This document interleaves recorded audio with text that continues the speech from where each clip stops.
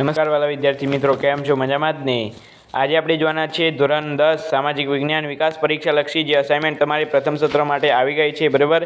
Blue કલરની sky કલરની જે છે તેમાં આપણે વિભાગ બીના પ્રકરણ નંબર 11નું અસાઇનમેન્ટનું સોલ્યુશન જોવાના છે, બરાબર. આ વિડીયોમાં તો વિડીયોને એન્ડ સુધી બન્યા રહેજો. વિડીયો ગમે તો લાઇક શેર અને સબસ્ક્રાઈબ કરવાનું ભૂલતા નહીં.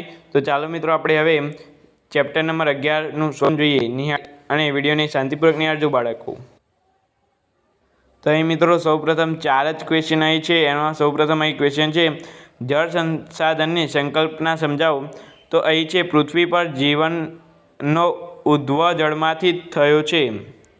એટલે પૃથ્વી પર જીવનનો ઉદ્ભવ જળમાંથી થયો છે. ઉદ્ભવ બરાબર મિત્રો. ત્યાર પછી જે જળ એ જીવનની પહેલી શરત છે, તેના વિના જીવન શક્ય નથી.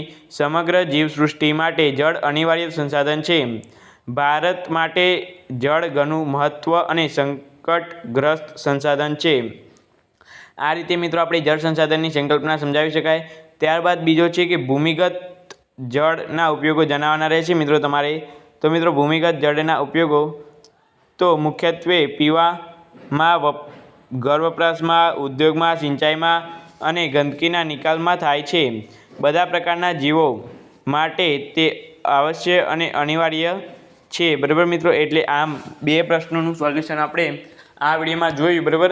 હવે આગળ પણ હજુ જોઈએ આપણે. હજુ પણ મિત્રો તમારે આ વિડીયોમાં બીજા 2 પ્રશ્નો જોઈએ.